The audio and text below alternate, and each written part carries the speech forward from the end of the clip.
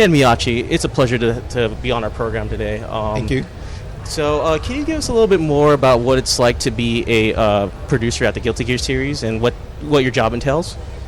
Well, being the producer of Guilty Gear is like a huge pressure actually, because the game series has been going over 25 years, and it is the flagship title of Arc System Works. So I have to kind of have like a lot of pressures from both in the not only from the community side but also from the developer side, because in development team we also have like a huge history. There are some people who are working on the game for quite a long time, and sometimes they understand more than me. So when I talk to them, I have to know about the IP. So there are a lot of studyings, but so far the producer role, I mean, as a job, is very very full of excitement.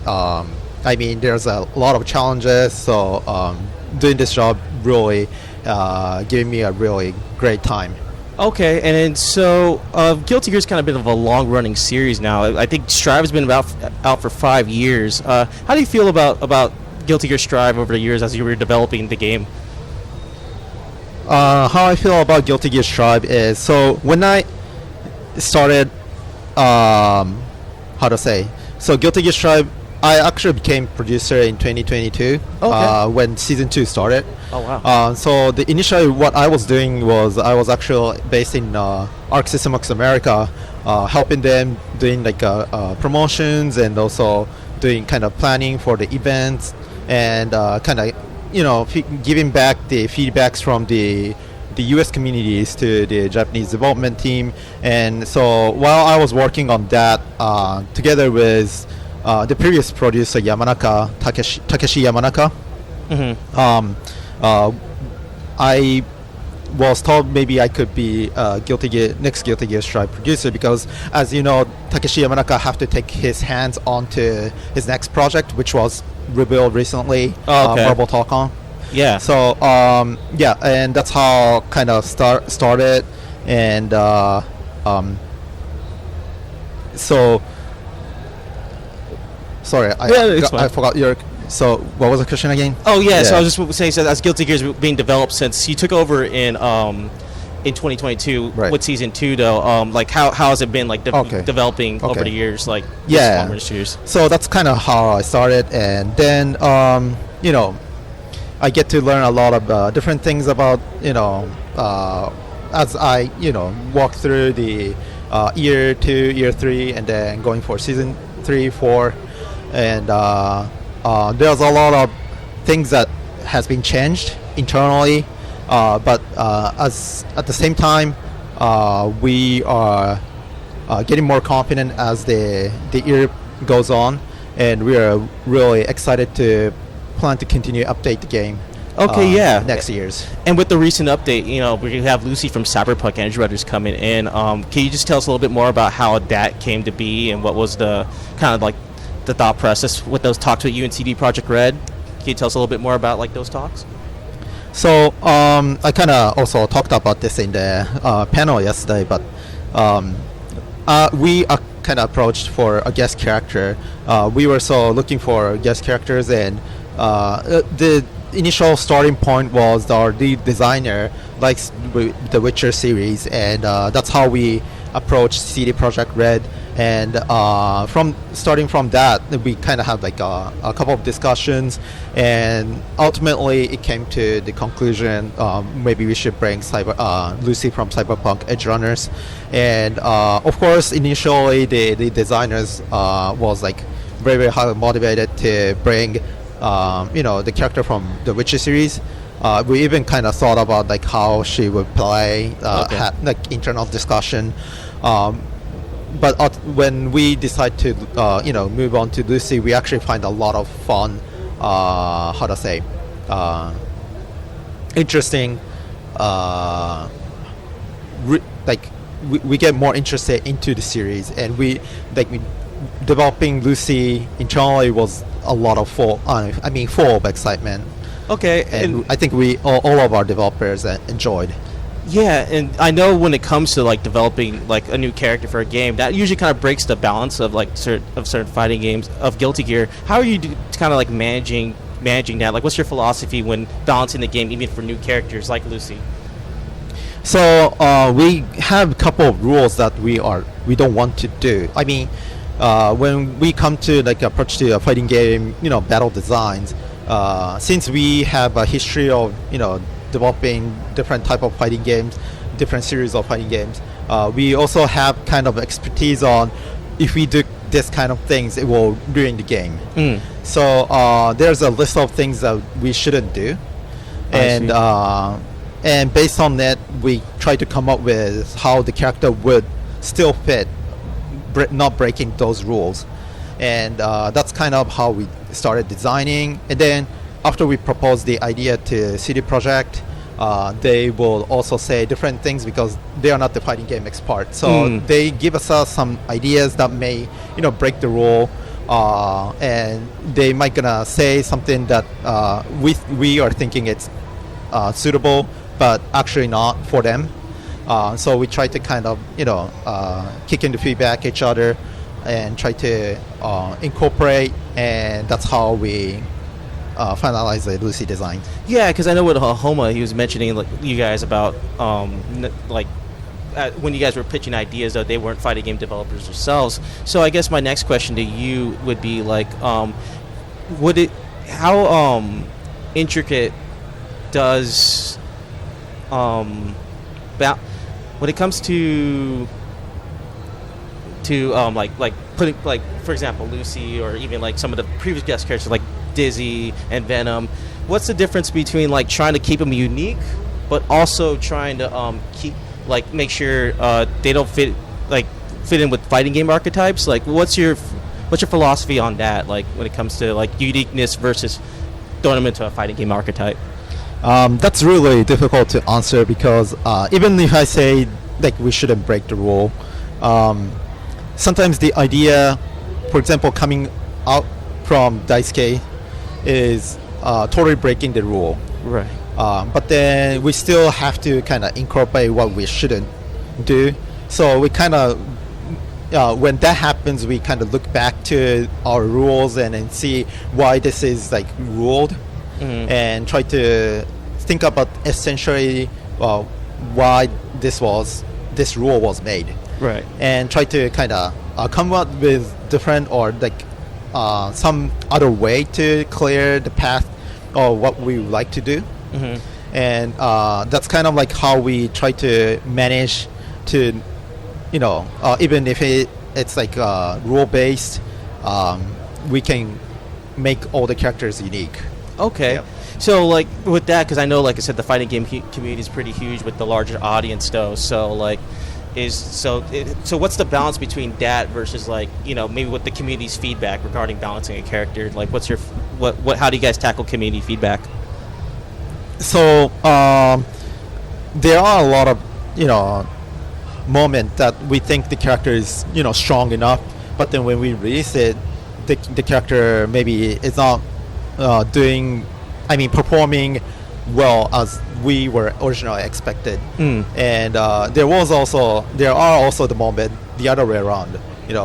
We think the character wouldn't perform that well, but then when the character comes out and then player plays it, it turns to become the other way around. Like the character plays overperforming than what we were originally expecting. So this could generally happen because our development cycle, we would only be able to take usually playtesting for a month or 2 months. But when players get their hands, especially Guilty Gear Strive is like our first time video game title that has consistent player base. Just looking at the Steam chart, like keeping average 1,000, 2,000 players online. So they're consistently playing the game on a daily basis. And so our battle designer team is a form of like 5 to 6 people. Compared to that, they are more quick on their hands to do something that we don't expect. Okay. And as a fighting game, developer and also from the developing perspective, we don't want to ruin what they find new Right. in their gameplay. So we try to look at all those kind of feedbacks and see how the players are actually playing that character, and if they are enjoying that, how to say, the way they are playing, we would like to keep that aspect remain and try to find an alternate way to sort of taking those feedbacks that people are saying and reflect it in the gameplay. Okay, and so like as a producer though, do you have like a lot of input? Like what's like your input regarding with the battle design team? Do you just work with them, or do you have like maybe a final say on what the battle design team says? Like, oh, maybe this character is not performing well, and you feel like you should push more for this character to have some buffs and nerfs? I do give them some inputs, but mostly it's all I'm giving the different hands on the battle designers because they are more talented than I am. I mean, they are professional on fighting games. They learn about all different kinds of fighting games, and they've been working on doing the fighting game battle designs for years. So, but as a producer, my job is to make sure they have fair and balanced feedback from the players and the communities, because they also do some researches, but it could mostly collected in from Japanese communities because they're not English speakers, right? Right. And they do also watch the the online tournaments or other tournaments overseas, but then they might not really fully understanding what's the players wants or needs from non-Japanese languages. Okay. So making sure that to make sure that I and also the battle designers are on the same page, what I'm doing is I kind of go up and talk to them. Hey, do you what do you think about this? And they give me what their response, and if it's not really matching with like the community's reaction, I'll just straight up and say, some people are thinking this way, what do you think? And kind of doing like a catchball of like a communication and trying to align our how to say ideas, I mean like thoughts or vision of the game design. Yeah, because I know I was at the panel, you were mentioning like one of the things too when just to kind of go back on the topic of Lucy, was that you got that I think one of your battle designers came in with like a huge book of Cyberpunk material and like his ideas. How without like maybe spoiling anything, like what was like what was that like talking with the battle designers regarding Lucy and what they were thinking? So there are lots of things that interestingly, I mean, when we come to think about like a new character designs, they are very, very, they have lots of ideas. Maybe she could do this.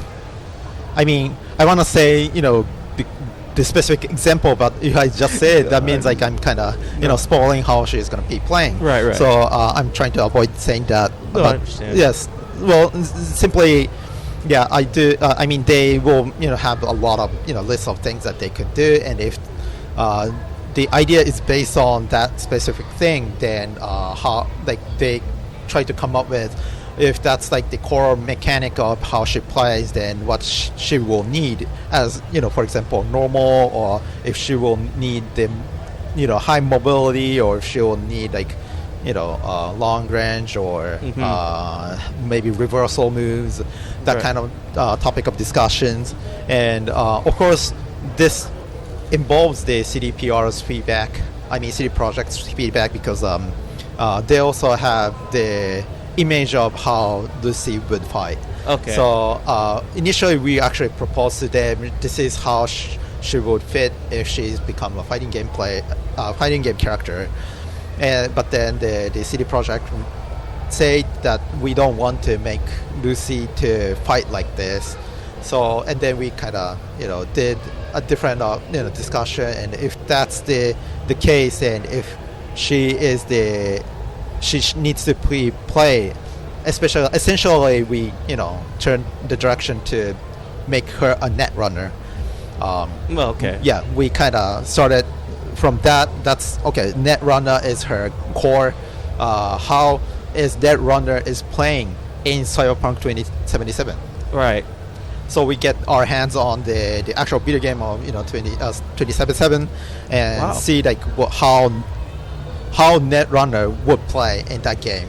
Oh wow! So Yeah. you actually they also use Cyberpunk 2077 as like a backdrop. Yeah, to, like, yeah. like, And game that inspiration. we kind of incorporated those kind of designs into a fighting game. So I'm hoping people will find a lot of like Easter eggs from that. Oh, that's awesome! Yeah, and I know like it was like, since she's the first guest character. I was told it was maybe a little bit difficult. It was your first time dealing with another IP. Like, how was that kind of So how was that? I was also told that you grabbed other team members from Arc System Works that have dealt with like IP acquisition. Can you tell us a little bit more about that and how that played into the development of Strife?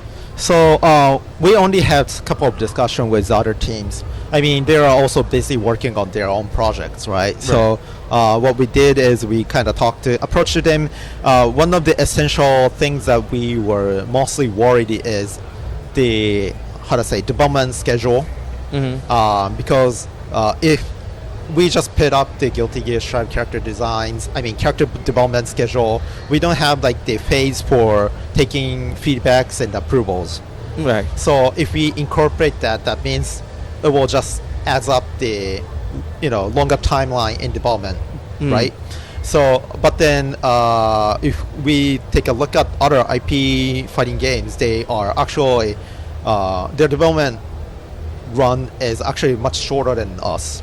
Oh wow. So we kind of approach to them like how you are shortening, even doing like the IP feedback and approval, and that's how kind of we kind of needed to talk to them and making sure that Lucy, her development will fit in our development schedules. Well, I'm definitely looking forward to playing as Lucy and Guilty Gear Strive once that comes out. I guess just a couple of last minute questions. Also, when it comes to the Arc World Tour Finals, like, what's your involvement regarding that? Like, how do you also get involved with how that event's being set up? For Arc World Tour, I was involved in the Arc Revo 2019 and also 2020. Oh wow! But because that was the time I was based in Arc System Works America, and I was the one who was in charge of trying to incorporate the event. But afterwards, I passed that role to our esports team. Okay. So not really looking at at the Arc World Tour at the current current Arc World Tour. Gotcha. And then, and because of the huge influx of Guilty Gear fans, I guess I wanted to ask you, what would you like to say to the Guilty Gear community in general, and like your final thoughts? I would like to say, well, thank you again. Because the community is so big, this is the reason why Guilty Gear Strive has been continued for up to season 4, and now we're close to the end of season 4. I'm hoping that we'll be able to make you guys keeping playing the Guilty Gear Strive with more updates in the future. Well, thank you very much, Ken Miyauchi. It was a pleasure interviewing with you. All right. Thank you. All right.